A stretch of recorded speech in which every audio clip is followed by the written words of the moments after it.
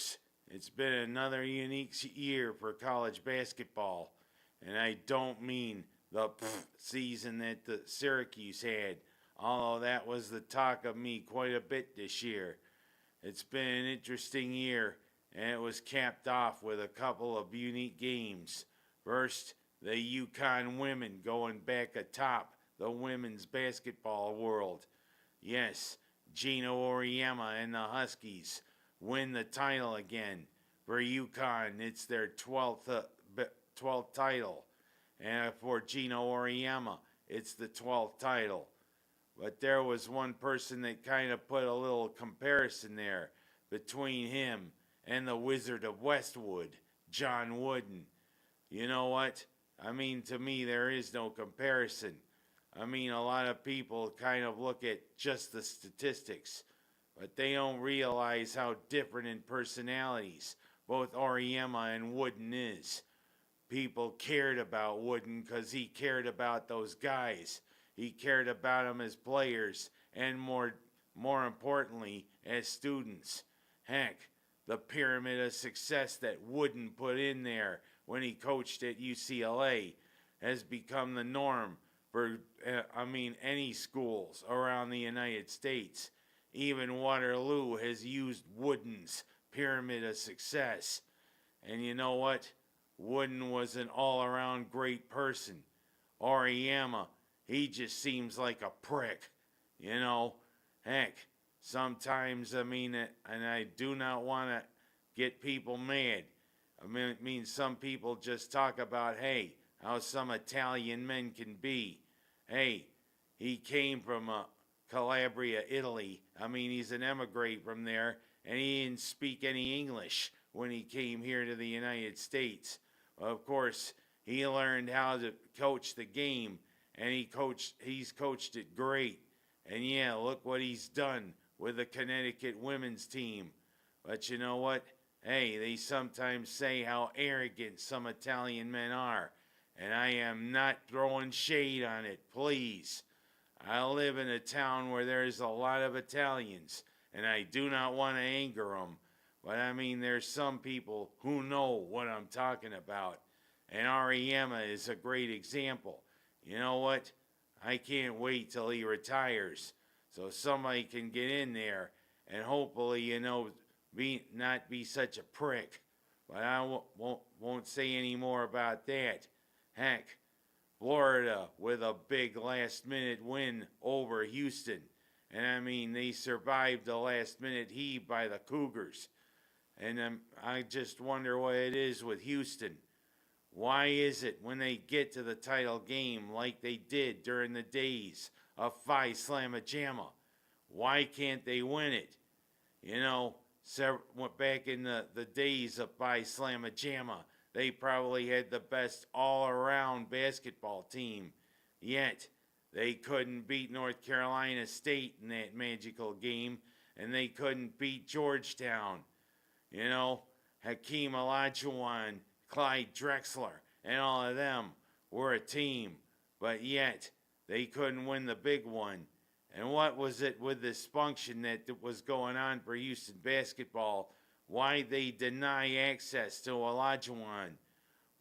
Probably one of the greatest Cougars, and yet he wasn't allowed in. How can you do that to Hakeem the Dream? You know what? I kind of wonder if they did something like that with Clyde Drexler. Who knows? But it seems as though once Houston gets towards the top of college basketball, they can make it to the championship game, but yet they can't win the national title. And speaking of that, it's been 22 years since Syracuse was atop the basketball world. Their defeat of Kansas.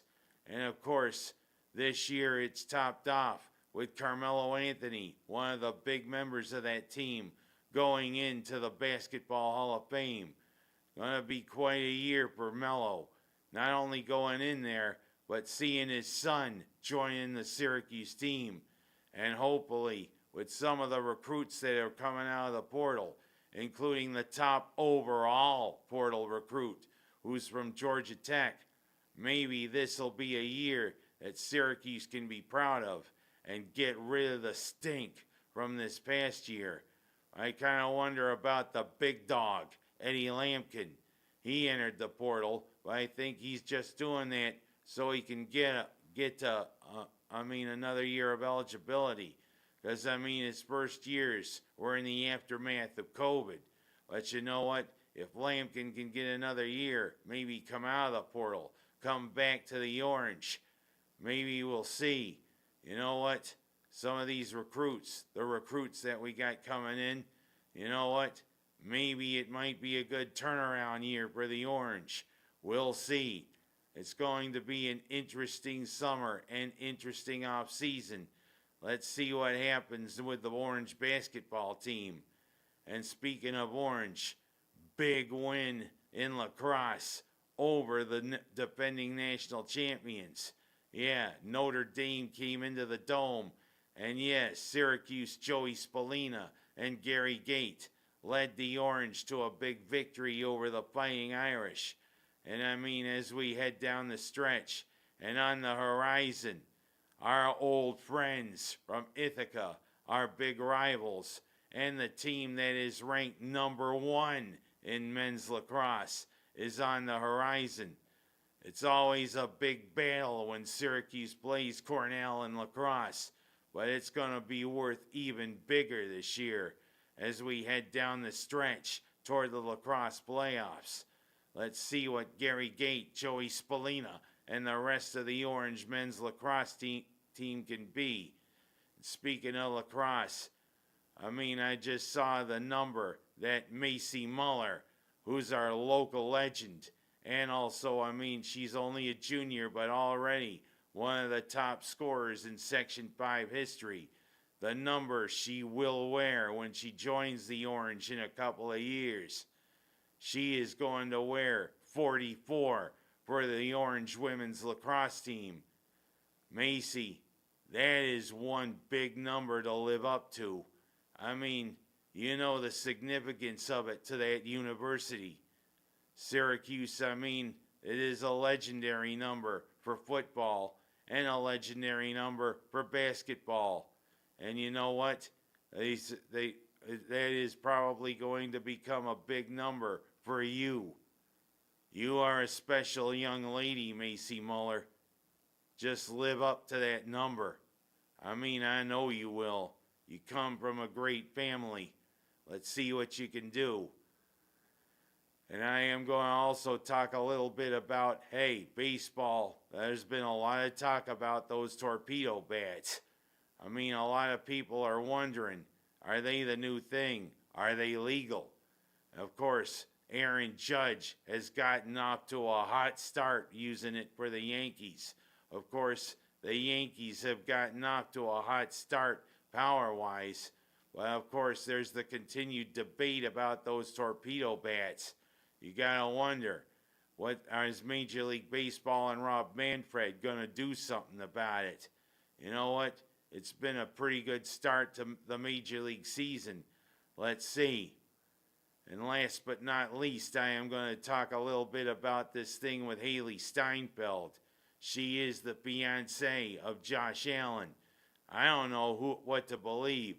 She went on the Tonight Show, and of course, they talked about her and Josh Allen. Plus, they talk about how the people of Buffalo have kind of brought her in. Everybody kind of sings her praises. Well, there's been some reports at times that says, hey, she can't stand Buffalo. Well, you know what? You're about to marry Buffalo's biggest native son, albeit from California and Wyoming. But, hey, we've adopted Josh Allen. Heck, he's going to be the leader of the Bills until he's about 34, 35. And then we'll see with the big contract. But hey, if you've been dissing Buffalo, wrong idea, princess. Yeah, you may be one of the top young actresses now. You may be a good singer. Heck, when you were a little kid, I loved you in True Grit. You gave it as good as Jeff Bridges in that movie. But you know what? You either love Buffalo or you hate it. And hey, we'll see what happens, what's true. And I mean, with big contracts, yeah, Juan Soto, $700 million with the Mets. Vladimir Guerrero Jr. just signing a 14-year, $500 million contract with Toronto. What's with these big contracts? Of course, hey, he's a chip off of the old block. His daddy's a Major League Hall of Famer. We'll see. And lastly, it has been another great year doing this show for you. 17 years now. But I mean, I'm going to probably continue with this as long as I'm able. I mean, heck, I've always enjoyed this for you. Sadly, I couldn't do this year with a sponsor. Maybe that changes next year. But I'm going to kind of take it year by year. You know, I'm not getting any younger. I'm in my mid-50s now. And, you know, I just wonder how much longer I can do this show. But it's been a pleasure for me sharing my opinion with you, sharing my comedy with you. Hopefully, next September, it starts up again, which I hope. And hopefully, I'll be sponsored. But for now, I'll see you.